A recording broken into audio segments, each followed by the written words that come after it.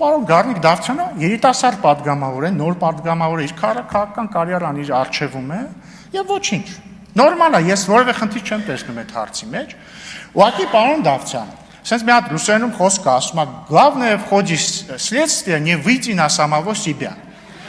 Հիմա արդյունքը պարզվեց, որ դուք մասնակցել եք հայ-ադրբեջանական երիտասարդական ինչ-որ հանդիպման, հերիք չի տեսել եք ադրբեջանցի, մի հատ էլ շփվել եք հետները։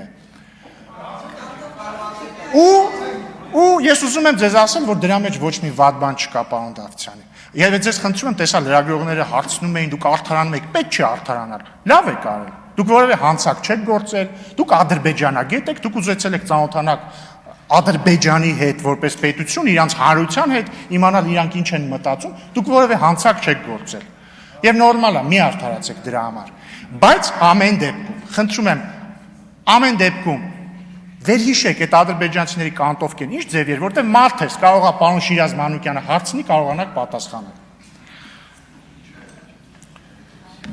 Ընդհանուր առմամբ, հարգելի գործընկերներ,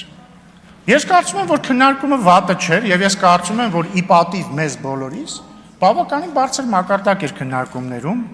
այսինքն առաջին, երկրորդ օրն է եւ այս նիստերի նկարահանումների ժամանակ ոչ մի պատգամավոր դեռ չի տուժել եւ դա ողջունելի է։ Բայց պետք է ասեմ, որ եղել են բացառություններ։ Օրինակ, երբ որ ես ասում եի, չէ, ֆունդամենտալ պրոբլեմը որն է ցածր որակի խորհրդարանական, ես ասում եի ֆունդամենտալ պրոբլեմը ըստ իսեն է, որ ընդդիմությունը չի ընդունում ընտրությունների արդյունքները կամ չի ընդունում ժողովրդի ընտրությունը։ Հիմա տարօրինակ զուգադիպությամբ, պարոն Կարապետյան, ձեր խմբակցության անդամներից մեկը, նույն այն անդամը, որը 2018 թվականի Թավշյա հեղափոխությունը անվանում էր թուրք-ադրբեջանական, Էլ եկավ այս ամբիոնից, ասաց, որ Հայաստանում կառավարության ղեկավարին Ադրբեջանն է նշանակել, ազգային ժողովի ղեկավարին էլ ուզում է Թուրքիան նշանակի։